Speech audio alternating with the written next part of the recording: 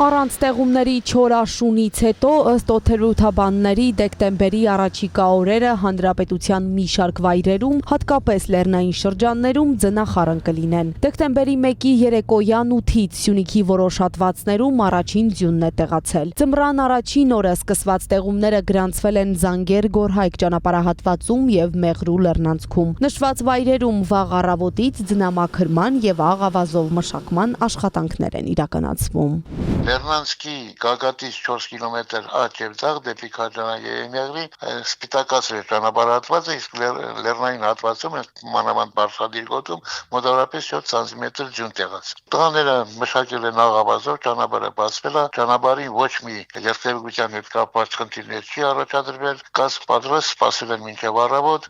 Զանգերի հատվածը ինքը բարձր լեռնային գոտի է, ունենք եւ քամիներ եւ ձյան հիմնական ջերմաշրջանի իջեցում ունենք այդ հատվածում էլի, դրա համար էլ ինքը դժվար անցանելի է։ Հիմնական տեղումները սկսվում է կարելի ասել Զանգերի հատվածից։ Ճանապարհները մշակվել է, բոլոր տեսակի տրանսպորտային միջոցների համար անցանելի է եղել եւ այս պահին ճանապարհները բաց են։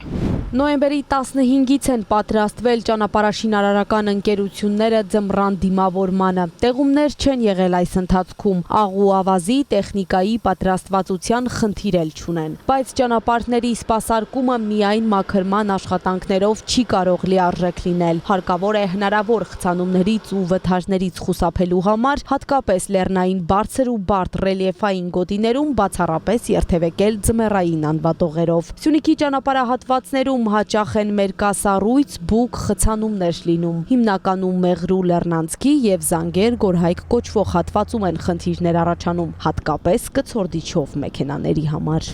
Լեռնանցքը այո, իրականում իր բարդ ռելիեֆի պատճառով դժվար անցանելի է լինում, անգամ ամառը, երբ որ մենք գիտենք, որ Լեռնանցքի ճանապարհի երկայնական թեքությունները բավականին բարձր են։ Տեղ կա 12-13%, շրջադարձի շարավիղները շատ փոքր են, տեղ կա 7-8 մետր։ Իսկ մանավանդ ձմեռը այդպիսի պայմաններում երթևեկել օրինակ մաշված անվադողով կամ առանց շղթայի, ես մեծ ռիսկ եմ համարում եւ անգամ վտարների ու խցանումների գլխավոր պատճառն է դառնում։ Զանգերի եւ Լծենի հատվածում մեր բազաներում ունենք արդեն աղավազի խառնուրդի կուտակած պաշարներ եւ հիմնական մեր հիմնարկի բազայում այնտեղ հիմնական պաշարը այնտեղ այլ է կուտակվում։ Պաշարները կուտակված է, տեխնիկաները պատրաստ ենք ձմեռվան էլի սպասարկմանը։ Լեռնային շրջաններում տեղումները գիշերային ժամերին ձյան եւ ձնախառն անձրևի, հովտային շրջաններում անձրևի տեսքով կլինի։ Օդի ջերմաստիճանը աստիճանաբար կնվազի 2-ից 4 աստիճանով։ Դեկտեմբերի 2-ին ժամը 16:30-ի դրությամբ Վարդենյանց լեռնանցքում տեղ-տեղ մերկասառույց է։